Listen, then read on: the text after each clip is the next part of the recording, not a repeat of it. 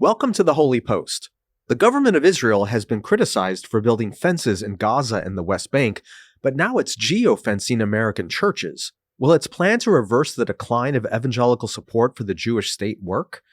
Donald Trump says he's making the country more Christian, but data shows his immigration policy favors secular immigrants and rejects Christians. Then Rich Villodas is back to talk to me about his new book for Advent, Waiting for Jesus. He says we should use this season to resist consumerism, commercialism, and Christian culturalism. Also this week, a giant flightless parrot has issues down under. Hey, we've got two quick announcements before we get started. First, today, Wednesday, December 3rd, is the last day to take advantage of our biggest sale of the year. Right now, new subscriptions to HOLYPOST Plus are 50% off, but the sale is ending, so get in fast while you can. And secondly, we've just released the second episode of our brand new show on HOLYPOST Plus, Advice-ish. This week, Esau answers a question about how to know whether to leave a church or try to fix it. Every week on Advice-ish, a different HOLYPOST media host or pundit responds to your conundrums and dilemmas with their very best wisdom. We call it Advice-ish because while it's technically advice, disclaimers always apply. It's just one of the many, many offerings that are exclusively for HOLYPOST Plus subscribers. So head over to holypost.com and sign up today and snag that 50% off discount while it lasts. Here is episode 698. Hey there, welcome to the HOLYPOST podcast. I'm Phil Vischer. I'm here with Caitlin Chess. Hi, Caitlin. Hi, Phil. Hi, and Sky Jitani. Hi, Sky. Hello. Sky is playing the role of lumberjack or longshoreman. Or hipster. Just off the docks. It is cold when you It don't is have cold. hair. Yeah, but It's we're cold in everywhere. But we're in of doors. Yeah, but it's even chilly in here. It is pretty cold, Thank actually, you. in here. Yeah. Yeah, you're right. My nose Okay. is cold.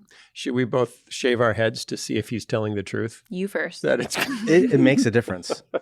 It really does. I believe it. I do. How was Thanksgiving? I'm talking to Caitlin, if you can't see. How was Thanksgiving in the centers of power that you now travel in when you go home? It was great. Yeah. I went You were on to, an army. You were on an army Air Force base. A joint base. A joint in base. DC. We went to some museums. I went to we went to the Natural History Smithsonian, which I hadn't been to since I was a little kid. Went and saw a play about I was about to say Lewis and Clark, a play about C.S. Lewis and Tolkien at the Museum of the Bible. That was really good. Okay. It was great. It's a little weird, though, when big national things happen, like did this week. And it's like, that's Right over there. there. It's That's right over there. Mhm. Did you do any protesting? Not a family? politically, no. There were some protesting over board game results, but not over. Public? Out in political front of things. your house? You ran out Yeah, I with a ran out sign? and yelled and no. Okay.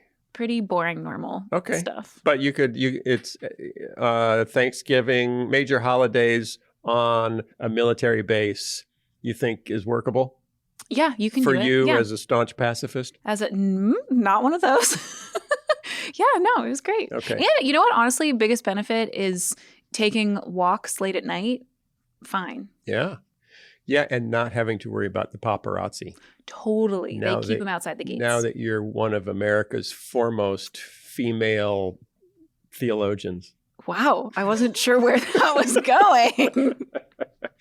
And Sky, how was Thanksgiving It was delightful. in South Wheaton? It was great. Okay. Yeah. Yeah, we had a big snowstorm here this We had weekend. a I'm huge jealous. snowstorm. Well, you're back now. You're back. I know, but to it's prettier when it's falling than when it's stuck under That your is car. true. Yeah. It was a perfect day. It was Saturday after Thanksgiving. It wasn't too cold. It wasn't too windy. It was a heavy amount of snow. It was our first major snowfall of the year. A lot of It's snow. like the perfect day for kids to go out and sled. Yeah. It It was the most snow Chicago has ever gotten in one day in the month of November Really? in history, In history? going back to like the 1800s. Whoa. Yeah. I don't know that this bodes well for my first winter here. Why? Because if we're starting with this much snow this early. past performance is no predictor of No. future. Oh, Okay, I that keep doesn't hearing mean though. I don't know if people nothing. are just trying to freak me out if this is a hazing thing, but I do Doesn't keep getting mean told this nothing. winter's supposed to be really big. Hey, it's time for the theme song. What's the news that you like the most? Who's your favorite podcast host?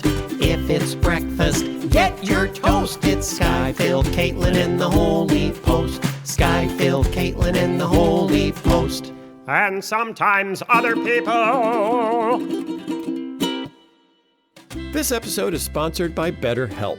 October 10th is World Mental Health Day, and boy, I'm a little worried about the world's mental health. Wouldn't it be great to find someone who can help you on your own journey to better mental health? BetterHelp therapists have helped more than 5 million people worldwide. I like the fact that you can request a Christian therapist, and that you can change therapists at any time until you find the person just right for you. Lisa and I have really benefited from working with a Christian therapist from time to time, and I know you will too. The right therapist can make a huge difference. And BetterHelp has been matching people with the right therapist for 12 years. This World Mental Health Day, we're celebrating the therapists who've helped millions of people take a step forward. If you're ready to find the right therapist for you, BetterHelp can help you start that journey. HOLYPOST listeners get 10% off their first month at BetterHelp.com/HOLYPOST. That's BetterHelp, HELP.com/HOLYPOST. As you know, I've been using AG1 for a while now. For someone who hates taking vitamins and pills, drinking AG1 has been a fantastic way for me to get my vitamins, minerals, and probiotics every day in a delicious drink. And I'm not the only one. Just this morning, my wife was driving me to the office for reasons I don't have to get into. My car was in an accident. It's a whole mess. Anyway, we were on our way out the door and she filled up her own AG1 shaker bottle. And now my son, who's 20 and lifts weights every day, also swears by AG1. You could say I'm sort of a trendsetter in my household. Everyone loves AG1. Look, you may have tried other green drinks and found them to not be very appealing. I get it. I actually didn't expect to like the taste of AG1, but I really do. But there's even better news, because AG1 has just released 3 new flavors: berry, citrus, and tropical. So along with the original flavor, you can find the one that you like best. And just 1 scoop of any AG1 flavor contains the multivitamins, pre- and probiotics, superfoods, and antioxidants you need in one delicious daily habit. If you head over to drinkag1.com/holypost, you'll get a free welcome kit worth $76 when you subscribe. That includes 5 AG1 travel packs, a shaker, canister, and scoop. That's drinkag1.com/holypost to get started. And thanks to AG1 for sponsoring this episode. Okay, we got a lot to talk about. Here we go. I haven't done this in a while, but it's time for what's animal news. Oh, Animal okay. news. I got worried for a minute there. And news of the butt. Okay. And now it's time for news of the butt. Animals have butts. What? So true. And some have transient butts. No, That was a story no. we did once, It was. but that's not this story. Yeah. Thank goodness. The world's only flightless parrot has an Okay. issue. There's But- a flightless parrot? Yes. Why? There's one. Like one One species. singular parrot.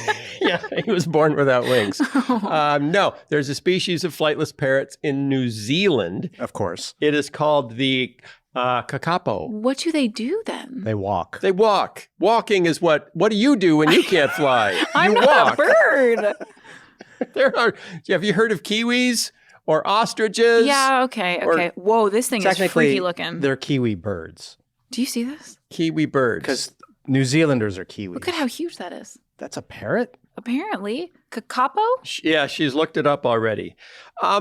Kakapos are extremely endangered. There are only 237 kakapos left in the wild. Whoa. They're very easy to hunt. They're Yeah. Oh, because gosh. not only do they not fly, but they don't run that fast either. They're not like ostriches. One of the small country's major conservation projects, these giant green flightless parrots are threatened by predators, invasive species, human encroachment, and a debilitating illness colloquially called crusty bum disease. Oh my gosh. Crusty bum disease causes inflammation of the lower digestive and reproductive tracts. Birds that contract it can become infertile, which puts strain on the already small population. It can also be fatal in some cases. What took him out? It was taken up by the crusty bum disease. Oh my gosh. It came up behind him when he weren't looking. In fact, he never could see it. It was where the sun don't shine. How does one get crusty bum No. disease? You No. either got to be a flightless parrot or a pirate. You know what they need? They need bird bidets, Oh, that's a good idea. which is really what a bird bath is. Birdays. Uh, Crusty bum disease has been present in the critically endangered kakapo population for roughly 2 decades and is typically treated with pain relief, fluids, and antibiotics. However, with antibiotics comes the risk of antibiotic resistance and changes to gut bacteria. But, 1T.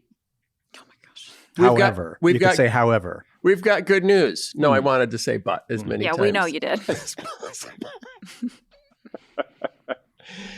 And a recent study showed that the birds have not picked up any antibiotic-resistant strains of bacteria in their crusty bums.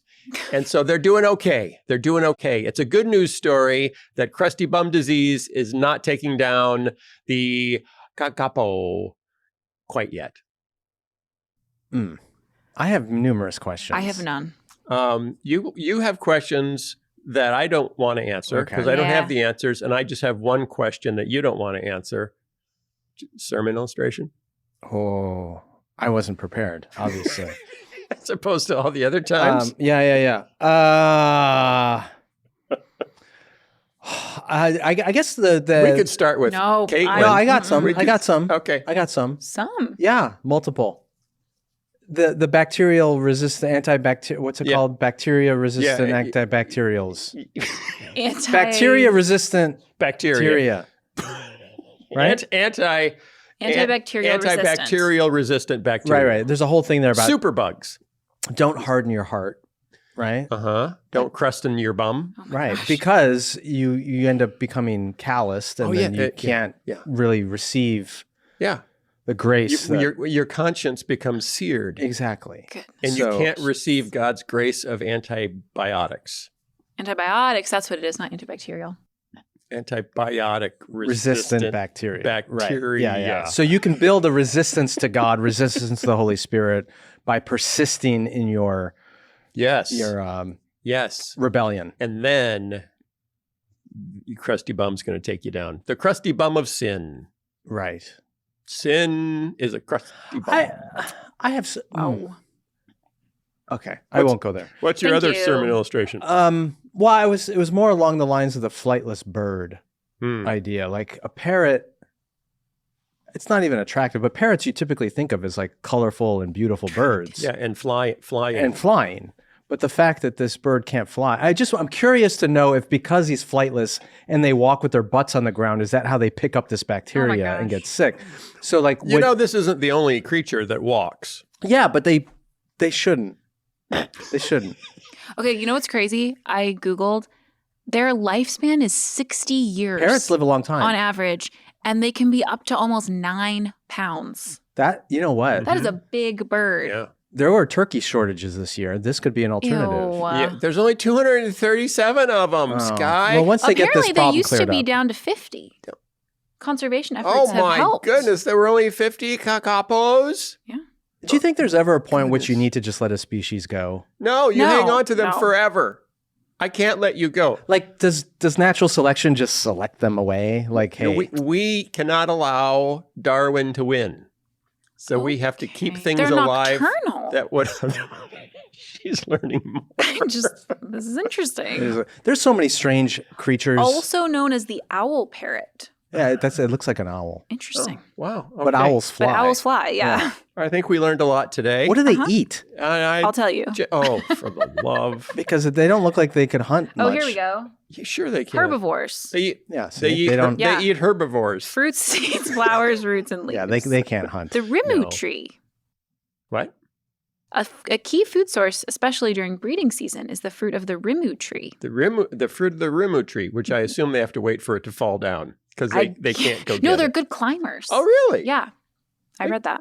2-footed climbers that weigh up to 9 pounds. Yeah. That's interesting. Must have strong beaks. Or something. Yeah, I guess. Anywho, because you wanted to know, I'm here to tell you this has been the news of the butt. This has been the news of the butt. Israel to spend up to $4.1 million in a bid to bolster evangelical support. That's it? Yeah, just $4.1 million. That's not a lot of money. Goodness I know. gracious. I feel like we need more. I feel like if they want my support, I need more. That's not going to do it for me. With its popularity in the United States crashing, Israel is bankrolling what organizers say will be the largest campaign of its kind to bolster support among evangelical churches. The foreign ministry has hired an American firm to run the campaign, which plans to spend as much as $4.1 million on marketing aimed at Christians across the western part of the country. The campaign is billed as, quote, the largest Christian church geofencing campaign in U.S. history.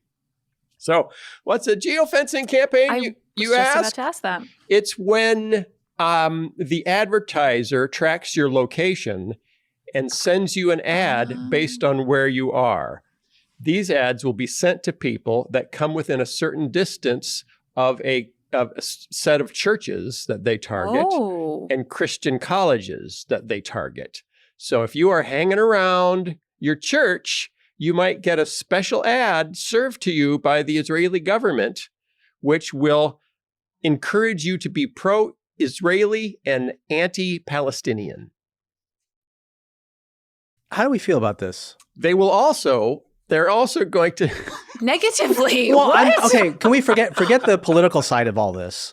Just the idea that people are targeting you at church. Yeah, because you came close to a church, Right. You are the demographic they're looking for their ad campaign. The initiative is designed to reach churchgoers with digital ads that are explicitly pro-Israel and anti-Palestinian, while dispatching a mobile October 7th experience exhibit. That's what it's called. October 7th was a mobile experience. It was a pretty horrifying one. Yeah. They're sending a traveling experience to remind Christians how bad October 7th was, so they will be more pro-Israel and less pro-Palestinian. So I don't know how I feel about that. Obviously, the Israeli government is very concerned that particularly younger evangelicals are saying, hey, wait, why do we have to agree with anything that Benjamin Netanyahu and his administration do? Where's that in the Bible? And other than, he who blesses Israel will be blessed, which is what often gets thrown in your face, it's really hard to justify. But if they can remind you that, yes, there was a terrible event and 1,200 Israelis were killed, then maybe you don't notice now that we've passed 70,000 Palestinians being killed in the response. Yeah. I don't know. What do you think? What do you think about that? Well, and there's a few other details here in the article that I find interesting. One bullet point says to, quote, question the longstanding policy of a two-state solution.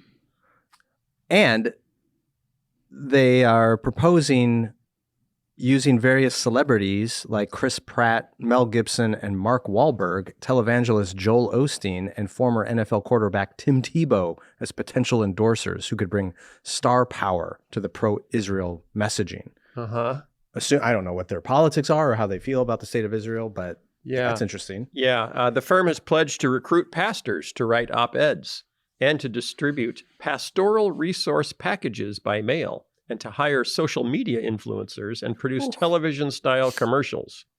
Is this in response, because there's been a lot of rhetoric that TikTok in particular is pushing a lot of pro-Palestinian content, so is this their way of combating that? Maybe?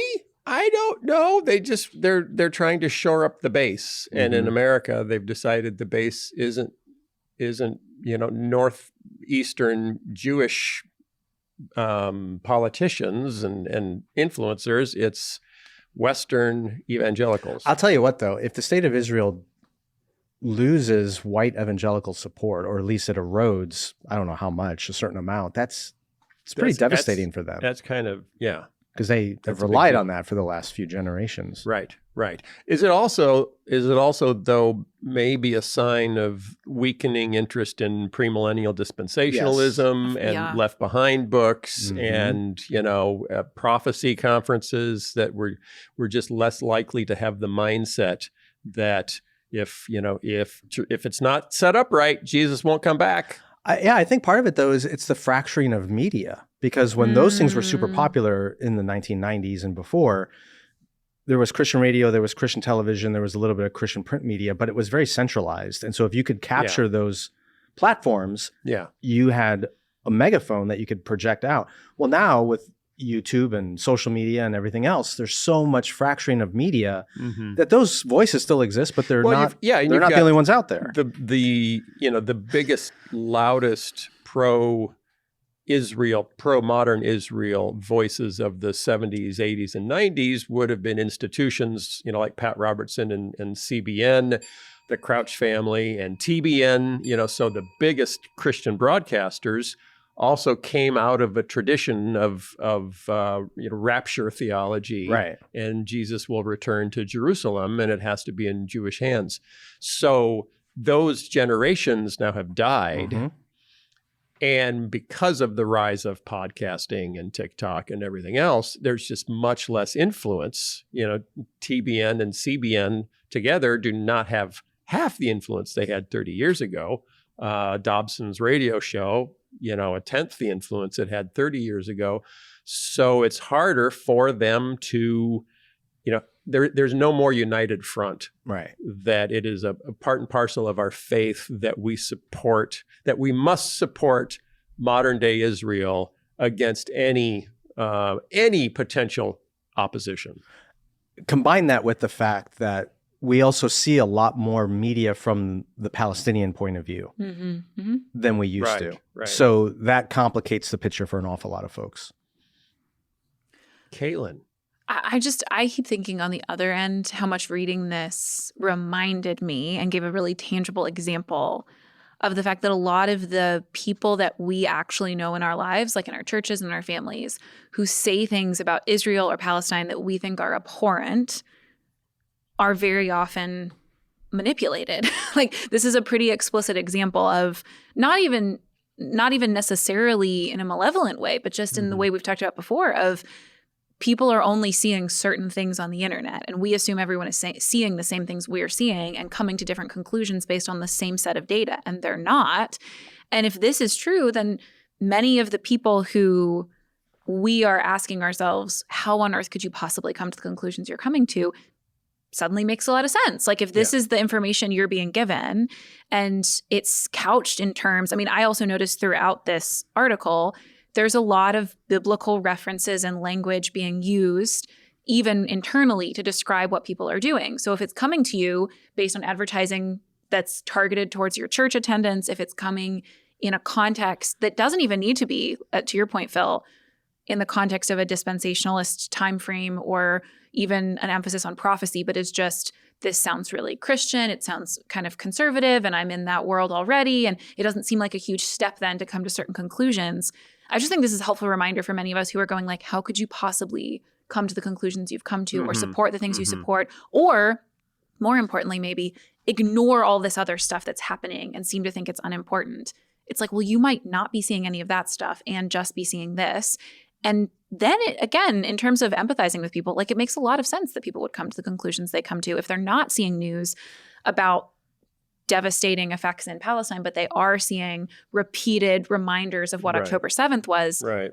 Of course, you would come to the conclusion that many people are coming to. So I wonder how effective this is going to be, because the statistics show average age of a church attender is getting older and older. Yeah.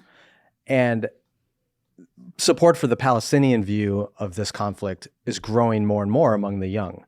So if Israel, the state of Israel, is really playing the long game here, and they think that U.S. is going to continue to be their strongest ally, they need to get more young people on their side. And I'm not sure targeting geofencing churches, evangelical churches in the Western states, is the best strategy for doing that. Or they could elect a government that's less likely to commit war crimes against their neighbors. But that ship seems to have sailed, at least as long as you have Netanyahu in power, and his coalition is made up of the far right in Israel, who are, openly exterminist to, Palestinian rights in the entire biblical territory. It's just going to, it's going to be more and more the world against Israel. It is. And there's got to be a breaking point where there are enough voices in the U.S. to say, stop sending them bombs to drop on innocent children. We just haven't gotten there quite yet. Why? Why haven't we gotten there yet? Well, look at who votes. Yeah. I mean, it's still, the older you are, the more likely you are to vote. The older you are, the more likely you are to be full-throated supporter of the state of Israel. Yeah. The more likely you are to have very biased views of the Palestinians. But time changes all things. It doesn't change quickly enough for those who are impacted by this conflict on both sides. But the direction, the trends are all pointing towards more Americans recognizing how nuanced and complicated this is, and people being less influenced by ideological labels and more by basic human rights. Mm-hmm. And it's pretty hard. I mean, it's well, hard. One thing that's been missing that media fragmentation and democratization has greatly improved. It's been very hard, like through my childhood and most of my adulthood, to get to know a Palestinian personally through the media.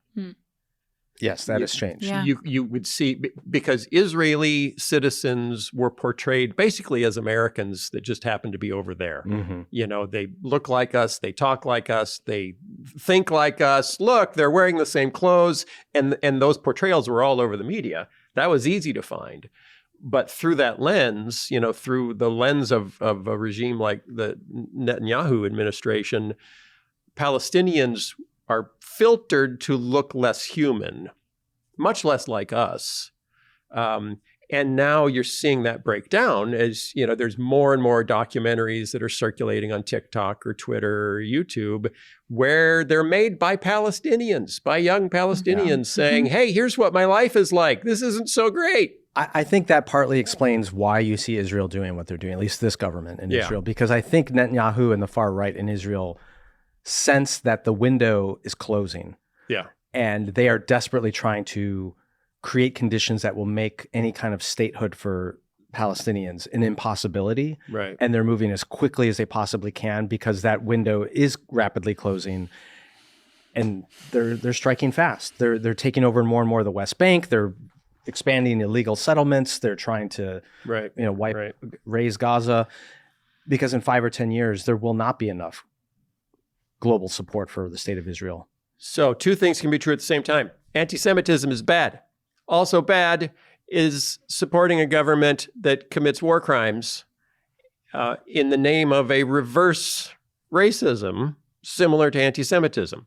So we can reject both those things, right? We can. Caitlin, right? Caitlin? Yes. And I think this piece reminds us that a lot of Christians in the U.S. in particular have been discipled to just look for what is the Christian position on something.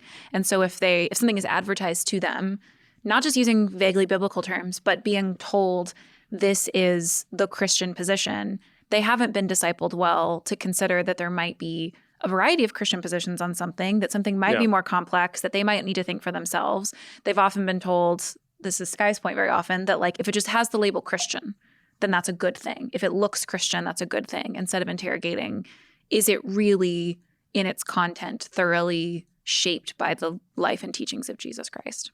Oh, but that's so tricky to look for and follow the life and teachings of Jesus Christ. It's so much easier to accept a bucket of statements that are Christian that may or may not include anything Jesus ever said. Yeah, exactly. Okay. We haven't talked about immigration in a few weeks because the news was just kind of a steady drip, drip of bad.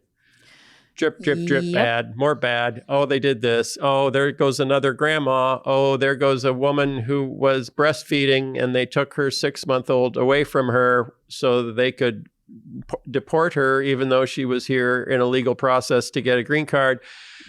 And I just don't like to spend a whole lot of time just going over the anecdotes of the terrible things because it kind of wears at your soul. But Bob Smetana wrote a piece, our buddy Bob over at Religion News Service wrote a piece, Why Trump's Immigration Crackdown May Make America Less Christian. And I think this is a point we've made, but he makes it well, that Donald Trump promised to restore Christians to power and religious faith to its rightful place in America. In fact, just over the weekend, he was bragging about America is becoming more Christian, more people are going to church, and more people are praying than ever before. It's all coming true, what I promised I would do. Bob says, his policies, however, may end up making America less religious and in particular less Christian in the future. That's in large part because younger white Americans are one of the least religious groups in the country, while non-white Americans and immigrants are among the most religious. And people have pointed out before that in particular people who come across the southern border, overwhelming majority are coming from Christian countries, Catholic, Pentecostal. In Latin America. And at the same time, America is increasingly secularizing. So we've got this weird dynamic where we want America to be more Christian, but not those Christians. Well, I would caveat that. Yeah. I think there are people who want America to be more culturally Christian. And by that, I mean European culturally Christian. Yeah. Not Christian in belief, doctrine, practice. Yeah. There was a piece in the Gospel Coalition over the weekend that I almost picked to talk about today, but it was asking the question: are young men being attracted to Christ or to Christian culture as they're coming back? Young men coming back to church, is it because they want the conservatism of traditions? And you see a lot of conversation about tradition and Christian civilization. Much louder than conversation actually about Jesus. So why did I want to bring this up? Trump has said we don't want immigrants from places like Mexico or Haiti or sub-Saharan Africa. We want immigrants from places like Norway. Why can't we have more immigrants from places like Norway? Those are the best kinds of immigrants. And you just have to point out that immigrants from Latin America and sub-Saharan Africa is 65% Christian. So immigrants from Latin America and sub-Saharan Africa, particularly the persecuted from sub-Saharan Africa, are much more likely to be Christian. Whereas, believe it or not, if we import a bunch of Norwegians, they're largely atheist socialists. So what Trump is saying, we want more nuns and democratic socialists and less Christians. Can we just cut through all the crap so we can make America more Christian? and just say what's really going on here? What are you saying? I don't even know what you're going to say. Is he saying we want white immigrants? Yeah. Okay, so this goes back. I've been doing a fairly deep dive over the last few weeks, partly because of my conversation with Douglas Wilson. I knew where this was going. Yeah. You follow the tweets. You just can't quit him, can you? Yeah, I know. I can't. I wish I could quit you. It's so this is what I jotted down. We believe, and you see this a lot in the MAGA far right. Wait a minute, who's we? We believe the worst tendencies of Americans, of America. Okay, because I'm going back like 200 years, but then also relating it to today. We believe non-whites are culturally deficient and are incompatible with Christian civilization. So in 1850, we said, and this is, again, I'll go back to R.L. Dabney, who was the leading theologian of the South at the time, and then the Confederacy. In 1850, we believed that non-whites, particularly blacks, were morally and intellectually deficient and were incompatible with Christian civilization. Dabney believed that Africans were incapable of freedom, of being given freedom. They couldn't handle it because of their moral deficiency. Yeah, it's convenient when you're enslaving them. Right. And because scientific racism, race essentialism was popular in the 19th century. He actually links it to science in some of his writings and says that, whatever happens, this group of humans, this race has come out morally and intellectually deficient to this race. So this race, by God's providence, should have power over that race. And we don't like that anymore. Because that's obviously, let's just go out and say that's racist. Yeah, strong statement. It's kind of the definition of racist. So the shift has been some cultures are superior to other cultures. Right. Yeah. And this is a very popular position on the far right and moving more into the mainstream right. And this is when Trump says, we don't want third worlders to come here. And when, Joel Webbin and other guys say, yeah, they can't. If you import, who just said this? Stephen Miller just said this, I think, over the weekend. If you import people from third world countries, you're not just importing people, you're importing their society. Yeah. And then their society will impact your society, and we'll break it down because they cannot function in Western civilization. And that's why. So rather than keeping the races distinct, we need to keep the cultures distinct. And it just so happens that the cultures we want it just so happens are largely full of white people. So Trump's emphasis on non-Christian whites over Christian non-whites reveals the core assumption of the movement. I pointed this out on Twitter once that immigrants were less likely to commit crime than native-born citizens. And a few MAGA folks objected sharply. And the objection was to say, yeah, but it's not all native-born citizens. It's Black native-born citizens. And they're throwing off the average. So white native-born citizens are not violent. And someone as centrist-ish as Allie Beth Stuckey jumped in to make that point against me and said, which citizens are the problem, Phil? And I said, hey, Allie Beth, what are you suggesting? And then she didn't want to say it out loud. But you also see this in really popular personalities like Charlie Kirk. And I'm sad that he was killed, but that doesn't mean we can't talk about what he said when he was alive. Okay. Is it? So his last show, the last show he ever did, had a whole segment on Black violence. And you see it on social media all the time, particularly if there is a Black male who commits an act of violence against a white female, it goes viral. And it's the woman who was stabbed in Charlotte on the bus or on the subway. And just recently, a woman in Chicago was set on fire on the subway, and it was by a deranged-looking Black male. And those stories go absolutely everywhere. And Charlie Kirk spent a whole episode just going through stories of Black men hurting white women. You know what's kind of disappointing? What? We can't come up with any new horrible sins for this country. Like, it's almost like Hollywood. What are you looking for? Everything is derivative, right? We're just doing another Indiana Jones movie, another Star Wars movie, another Harry Potter series. No one's coming up with anything original. When you list all these things that people are saying about Black men or violence against white women or the immigrants and their cultures, you go back 100 years, they were saying the exact same thing. This, like, whether it's eugenics or the quota system for immigration or it's anti-Catholicism or aggressive bias against Italians and Eastern Europeans and Jews, whatever, like, it is the exact same tropes over and over and over again. It's like, come up with something new. If you're going to be a bigot, at least be an original bigot. I think we've discovered the original bigots, and they're still here. That's my point. They're it's not just that they're sinful and evil, they're also really dumb. Where are the smart bigots? Give me someone intellectually rigorous to come up with some nonsense to talk about. But these guys are so unoriginal. They are literally recycling arguments from over 100 years ago. Yeah, but they changed them.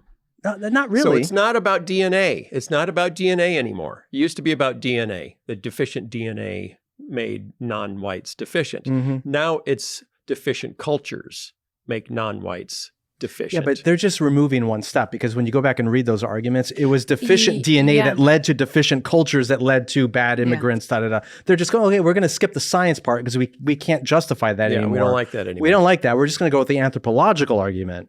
And they, nitpick or choose the facts that support their bias. So, Caitlin, we're in a moment in time where the President of the United States wants to shut down all immigration, legal or illegal, particularly from what he describes as third world countries, which are almost universally non-white in the way they estimate them to be, where we want no refugees from Africa unless they're white South Africans because they're victims. Right.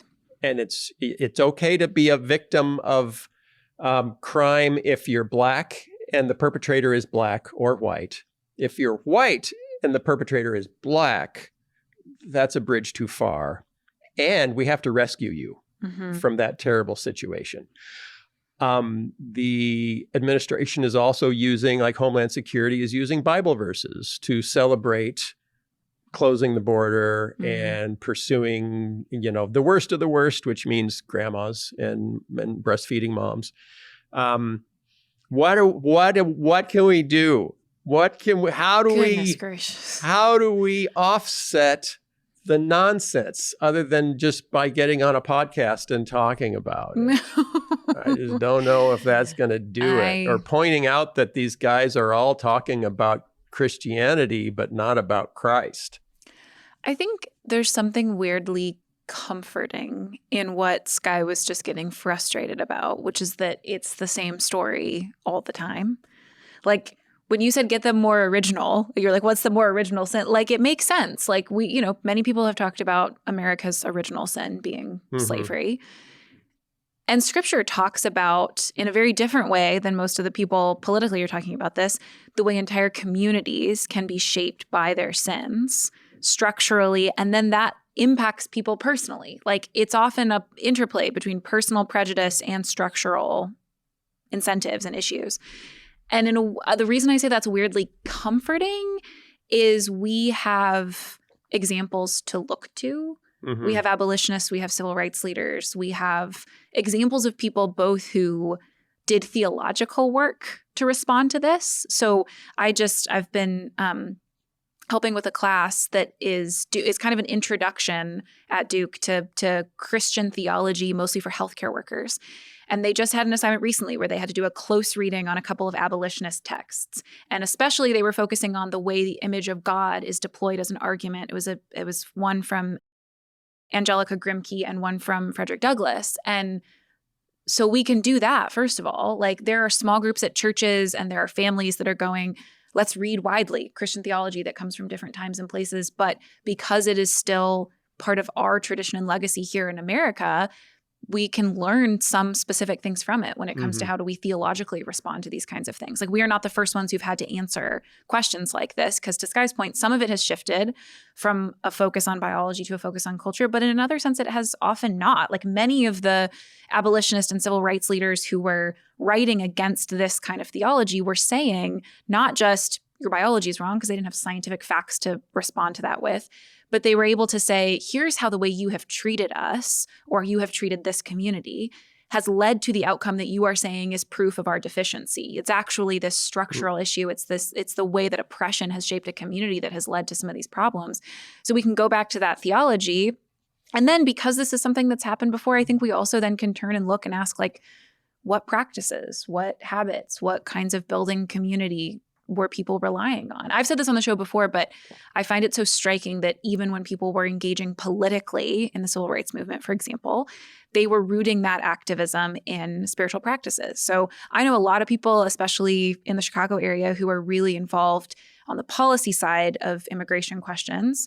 And I know many of them are exhausted and burnt out. And I think they're very aware that without the theological truths of the faith that can motivate greater work and can comfort and console and strengthen when things are difficult, and without the spiritual practices of the faith, they would be having a much harder time. So I think we go back to that theology of the past and we go back to those practices of the past. And in a weird way, I think recognizing that it is a recurring problem, especially for Christians in America, can help us have a longer term view than just what can immediately be done, but like, what can I do to make my community the kind of place that can respond when it has mutated a little bit, when the argument is a little bit different, but the prejudice underlying it is the same.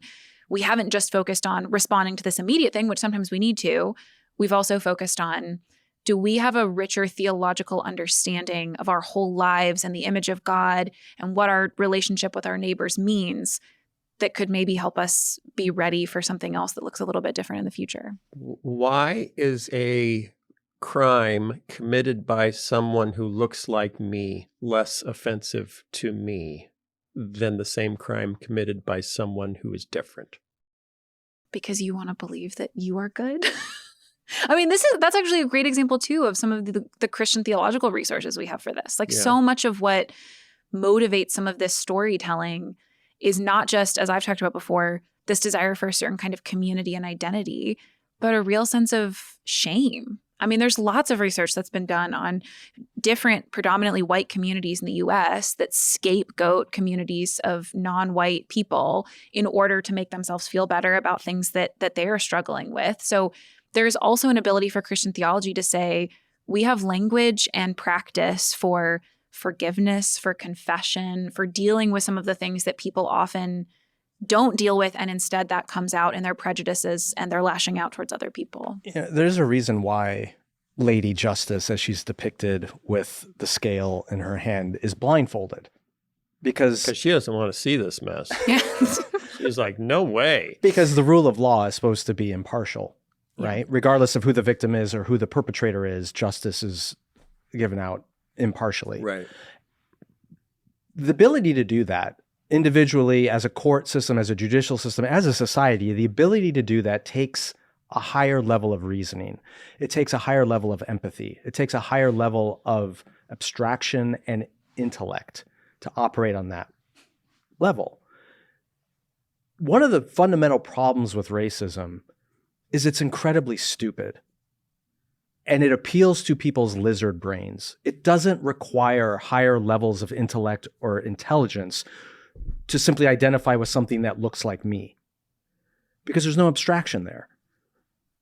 And the people who are calling us to kinship kind of ideology and who are talking about empathy as a toxic value, things like, they're actually calling us to be less human, to be less intelligent, to be more animalistic in the way our brains operate. And those who are calling us to justice and empathy and the rule of law, those calls are lifting us up to, the better angels of our nature, as historians have talked about, or Lincoln talked about, which is a more Christian way of operating, to recognize all people, even those who don't look like me, as being made in the image of God and worthy of dignity and respect. And we need to be asking ourselves, what voices in the public square, whether they're political leaders or religious leaders or cultural leaders, what voices are calling us in that direction, and which ones are calling us back to a more basic animal direction? And unfortunately, the voices that are calling us sometimes to a more animal way of operating are the same ones that are claiming the name of Jesus. And that's the tragic part for me. I think that's bad. That's what I think. Okay, so what can we do in the meantime? We can be helpers. That's what we can do in the meantime. We can support groups that are like up to their elbows in helping immigrants, like World Relief, and there are lots of others that you can find. And we can support our neighbors, some of whom are afraid to go to the grocery store. They're fearful they're going to get arrested because their skin is brown. We can do a lot. We can help. We can make things easier even in the middle of a hard time. And yes, we can be faithful throughout. Okay, thanks for coming along. Hey, happy beginning of December.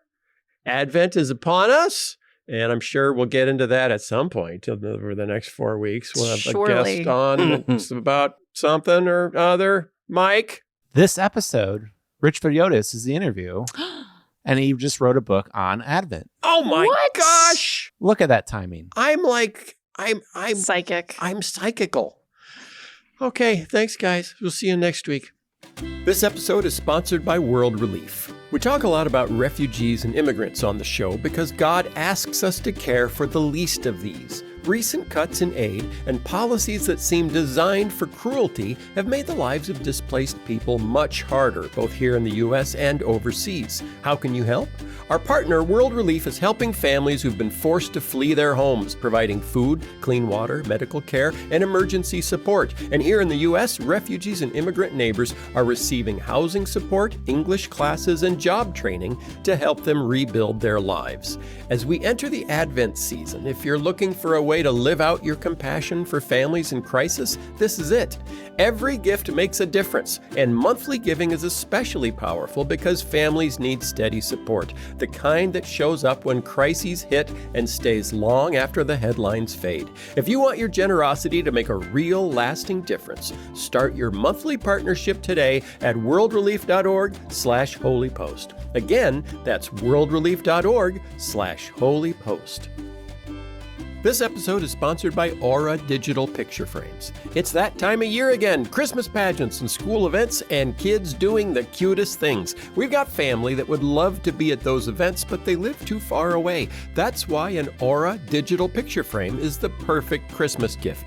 The Aura Digital Picture Frame makes sharing pictures so much easier. Give one to someone you love, and when there's a great new photo to be shared, just click a button on your phone and it pops up in their picture frame. Wirecutter called the Aura Digital Picture Frame the best digital photo frame, Wi-Fi enabled and super easy to set up with a high-resolution, high-quality screen. For a limited time, save on the perfect gift by visiting auraframes.com to get $35 off Aura's best-selling Carver Mat Frame, named #1 by Wirecutter, by using promo code HOLYPOST at checkout. That's AURA frames.com. Promo code HOLYPOST. This deal is exclusive to listeners and frames sell out fast, so order yours now to get it in time for Christmas. Support the Holy Post by mentioning us at checkout. Terms and conditions apply.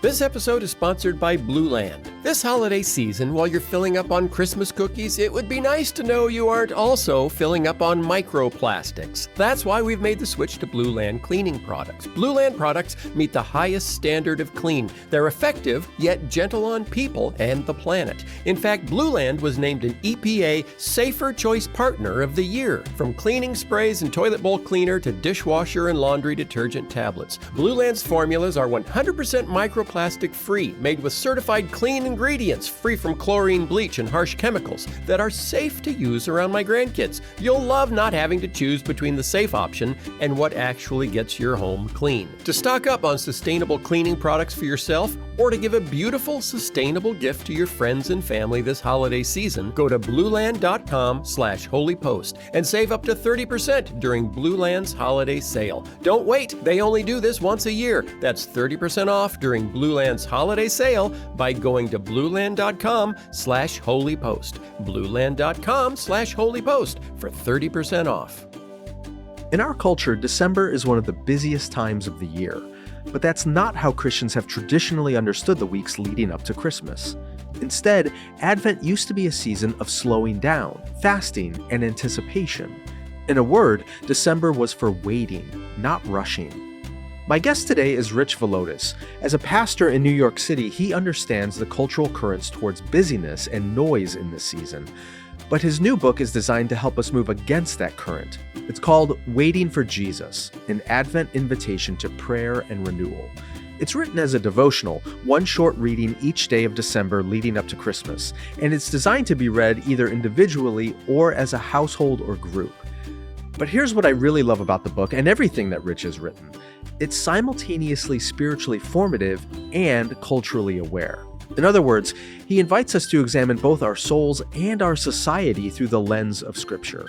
And that comes out clearly in this conversation about how the story of Jesus' birth challenges American cultural ideas today. Rich Villodas is the lead pastor of New Life Fellowship in Queens, New York, which is a multiracial church with more than 75 countries represented. He's also the author of several books, including The Deeply Formed Life, Good and Beautiful and Kind, and The Narrow Path. Here is my conversation with Rich Villodas. Rich Villodas, welcome back to the Holy Post. Sky, always a joy to be with you, my friend. Oh, I enjoy our conversations every time. All right, we are on the cusp of the holiday season. Advent is upon us. You've got a new devotional book, Waiting for Jesus, an Advent invitation to prayer and renewal. For a lot of our audience, I'm assuming, did not have their faith formed in a community that followed the church calendar. And they might be familiar with the term Advent because we kind of use that as a synonym for the holiday season. Explain the church calendar for those who aren't familiar with it, or how do you teach about the church calendar in your congregation? And then what role does Advent have in that framing of the year? Yeah, the church calendar is essentially marking time through the story of Jesus and the scriptures, as opposed to how we typically think about it in terms of January through December and our holiday seasons. And so Advent usually, kicks off the church calendar, where it's focusing on the arrival of God, that things are put into motion when God arrives, as opposed to things are put into motion when January 1st arrives. And so Advent is a time of waiting and anticipation for Christmas, for the incarnation, for the coming of Christ. And then very broadly speaking, there's plenty of other holy days in the church calendar that churches mark. We as a congregation tend to mark Advent, the season of Lent, was a time of preparation, fasting, repentance, prayer, in anticipation of Easter. Easter focuses on the resurrection of Christ. That's good news. A new world is being born because Christ is risen from the dead. And that kind of goes into an Eastertide season, where it's not just one day. The Easter season is 50 days. Lent is 40 days. The feast is better than the fast, things along those lines. And then that Eastertide leads into Pentecost, the coming of the Holy Spirit. And into that space is kind of ordinary time, which is focusing on how does God meet us in the everydayness of human existence. And then here we go again. So for us, it's just in broad strokes, a way to say the way that we mark time as the people of God is not so much oriented around a secular calendar, but primarily around the story of Scripture, primarily in Jesus Christ. And so Advent kicks it off. It's just, we're waiting for God to intervene. And on one level, we acknowledge Christ has come, but we anticipate his second coming because we need a new world. And Advent reminds us of that new world that's coming. Okay, a couple things there, which a lot of people may not realize. You just mentioned it. One is Advent's traditionally been a season where the church is focused not just on the first coming of Christ, but the second coming of Christ. And most people don't associate the Christmas season with Revelation, the end of time, the new creation. It's not typically what we do, but historically it is. The other thing, and this gets to the very title of your book, Waiting for Jesus. When I was a young pastor, just out of seminary, and I actually started studying the church calendar and how Advent had been traditionally practiced, it was fascinating to me how we have inverted it in the modern world. So traditionally, the weeks before Christmas were weeks of waiting, anticipation, darkness, prayer, and the celebration of Christmas came after. So, the 12 days of Christmas we talk about in the song, right? There was the Christmas day would come, and then the church would celebrate in the days after Christmas because the light has come and Jesus has entered the world, all that. But in the modern church, in consumer societies, we've reversed it because we need people to buy stuff before Christmas.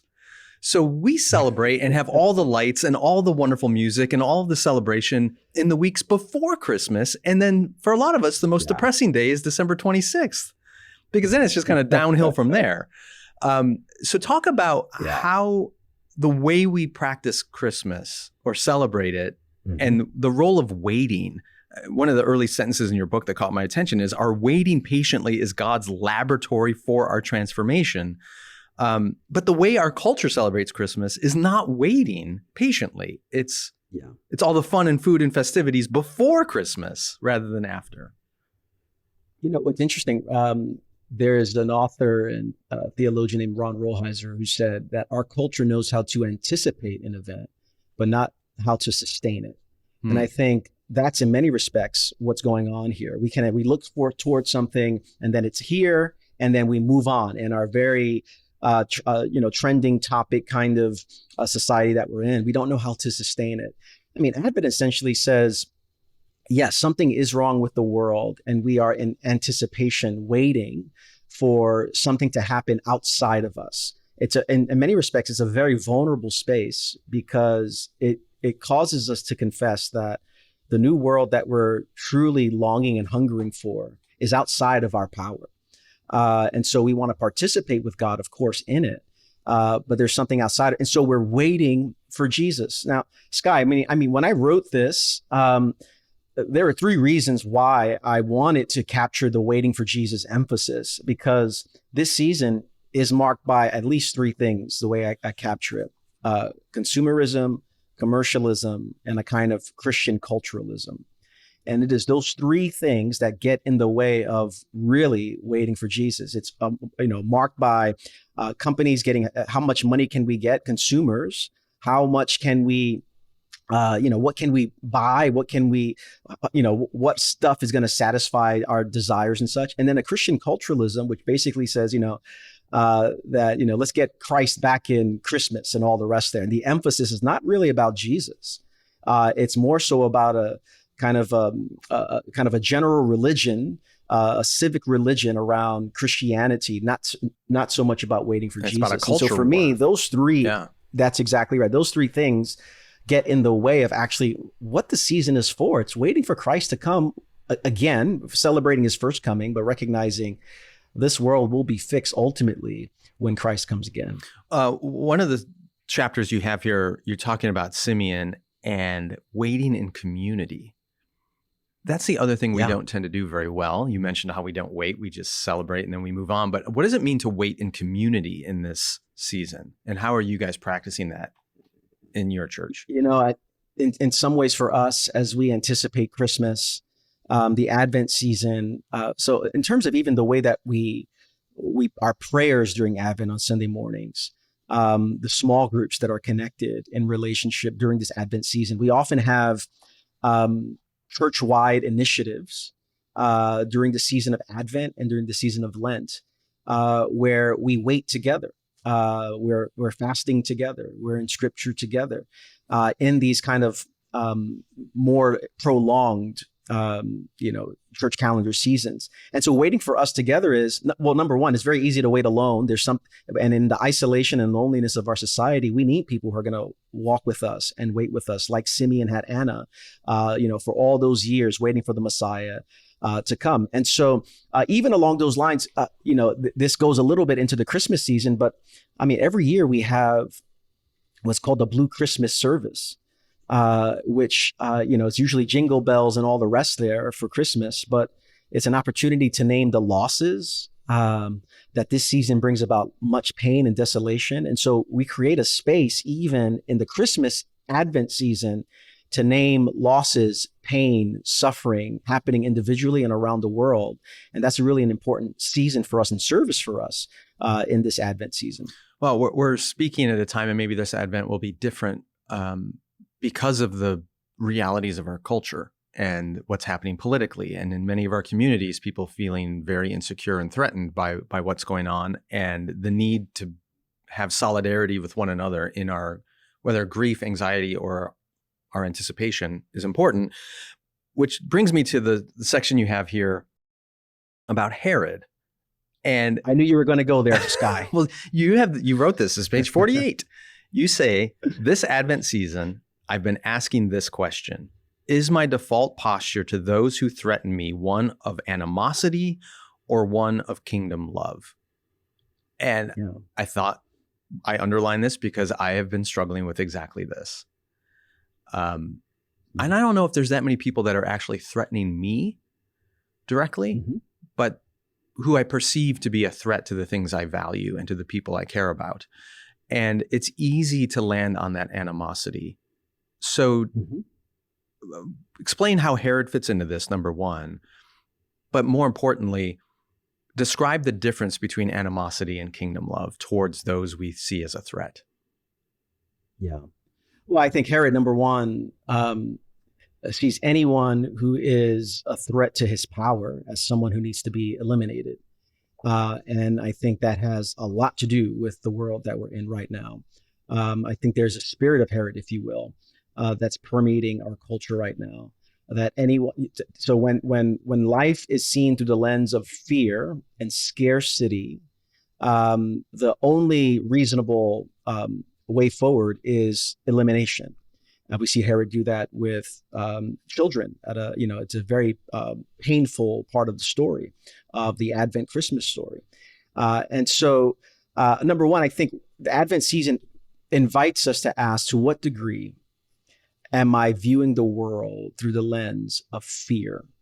To what degree am I, whether we're talking about immigrants, whether we're talking about people from a different political persuasion, to what degree Am I seeing the world through the lens of fear and anxiety? You know, anxiety is an automatic response to a real or perceived threat. And the Advent season calls us to lay down the fear for kingdom love. And perfect love casts out fear. And kingdom love is a recognition that even though I don't understand someone, or someone might be coming from a different part of human experience or the world, that my primary lens through which I'm engaging others is not through threat, but through love and compassion and mercy. And so I think the Advent season in many respects has something to do with the very real world that we're in, but most profoundly and most simply, will I see the world through the lens of fear and animosity? Or will I see the world through the lens of cruciform love, of kingdom love, of humility? And I'm afraid, Sky, that, you know, what we're seeing right now in our day, it seems to be just a perpetual increase of seeing others through that lens of threat. And in many respects, we're just duplicating, replicating the spirit of Herod in our day. So let's stay on this for a few minutes, because I mean, Herod is he's sort of a paradigm of empire, right? He, in his slaughter of the innocents, the taking of all these young lives in Bethlehem in order to try to eliminate his perceived enemy, he is echoing Pharaoh in the book of Exodus, who was threatened by the growth of the Hebrews, and so ordered all the Hebrew baby boys to be killed and murdered. So you see this motif in scripture where the powerful are threatened by the powerless and uses their power to destroy them. You can make parallels to today, obvious ones, where people in power are threatened by immigrants, threatened by refugees, threatened by those who have very little power and use the power of the state, of the empire, against them. Threatened by dissent, any form of dissent. Right. Okay, I think we get that easily enough. But again, here's where I struggle. What about those of us who look at the powerful, who look at Herod and see Herod as a threat? Because Herod has a lot of power. Herod has soldiers and armies. Herod has ICE agents and border patrol. Herod has the levers of power in government and the Department of Justice. And so we perceive those who actually have power as a threat. What is our call to issue kingdom love upward in the chain of earthly power rather than just not use it downward? Does that make sense? No, it makes a lot of sense. And to that end, I would say, back to the age-old question of what do we mean when we say love? If we're talking about love as couched as sentimentality or being nice or not rocking the boat, you're going to be hard pressed to. The mother of Jesus certainly doesn't have a vision of love like that there. And so I think love must also include a willingness to live in reality, to speak the truth, a willingness to not allow someone, whenever someone uses power in a way that harms another person, and they are so diminished, their lives are so diminished. When they're doing that, they're not living according to the kind of the purpose that God has for them, which is marked by love. And so whenever someone is misusing power, it is an act of love to name that in a way that hopefully pushes back against it, because this is not just an act of love for those who are oppressed or those who are on the receiving end. It's an act of love to those who wield their power in a way that God never intended them to. And so for me, truth-telling, for me, being able to give a firm no is an act of love. Now, we can, back to the heart now, we can say these things in a way in which we're pushing back, we're speaking truth in a way that our souls are being contaminated by hatred and such. And I'm not getting at that. I'm getting at a steadfast ability to speak truth in love. But speaking truth in love doesn't necessarily mean sentimentality and niceness. It's a way of saying you are far greater. And God has called you for something far greater than the misuse of power. And anytime you misuse power, you are not just harming others, you're harming yourself. And so love then looks like a way of saying, what would it look like for all of us to live with one another in a way that is marked by kingdom love. And so for me, back to how we define love, and in that case there, I think living in truth and speaking truth is one of the greatest acts of love, especially in this Advent season. Well said.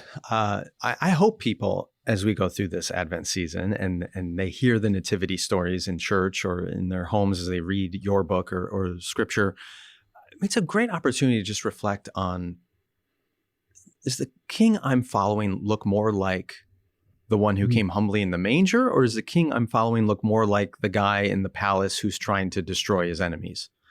And it's fascinating to me how Christians today, as we celebrate the birth of Christ, can somehow justify their alignment with Herod in the story rather than with those who are being persecuted by Herod. Anyway, it's an opportunity for us to reflect on that.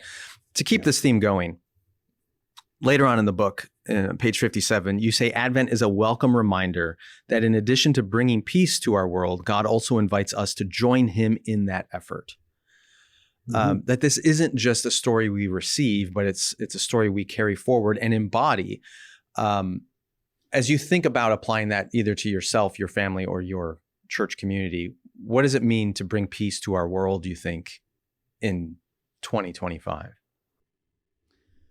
Well, I mean, if we're looking at what's broken in the world, if peace is harmony, if peace is wholeness, if peace is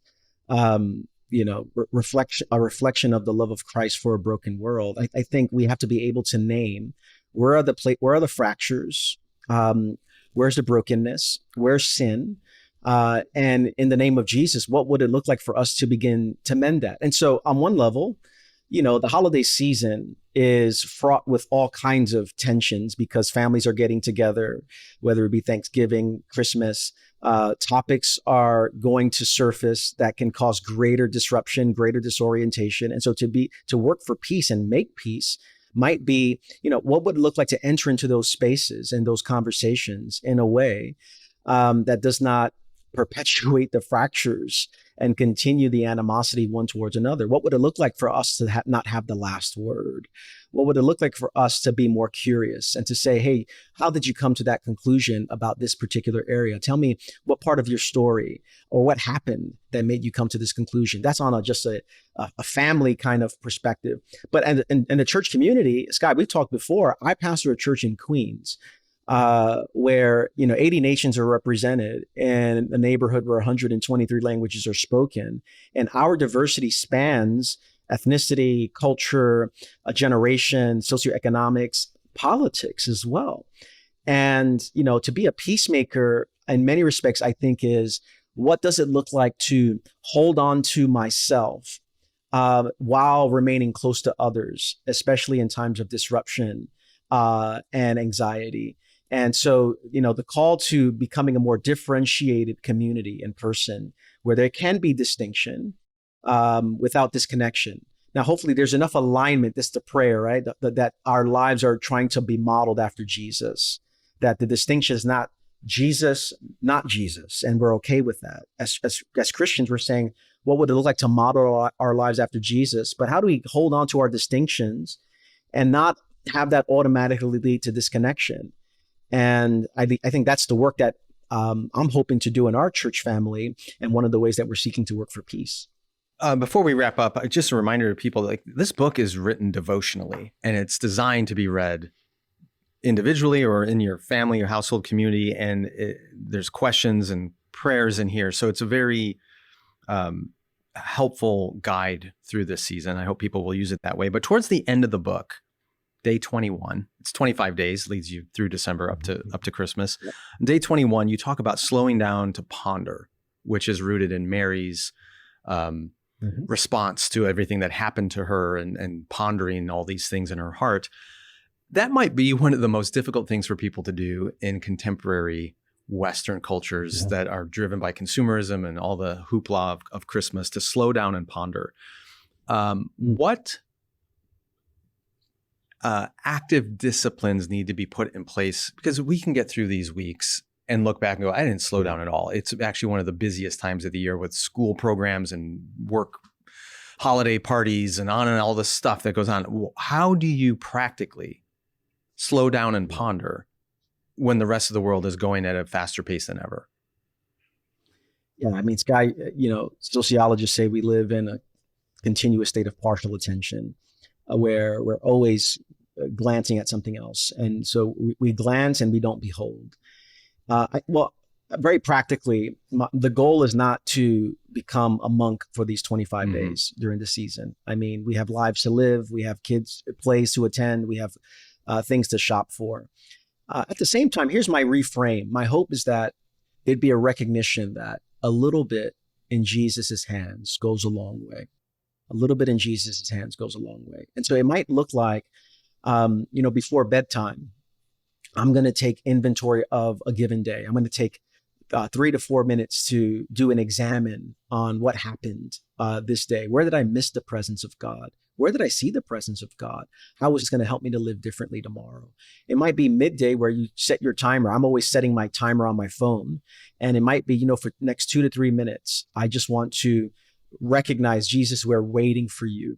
And it just might be 2 minutes of you very silently in your heart saying, Lord, we wait for you.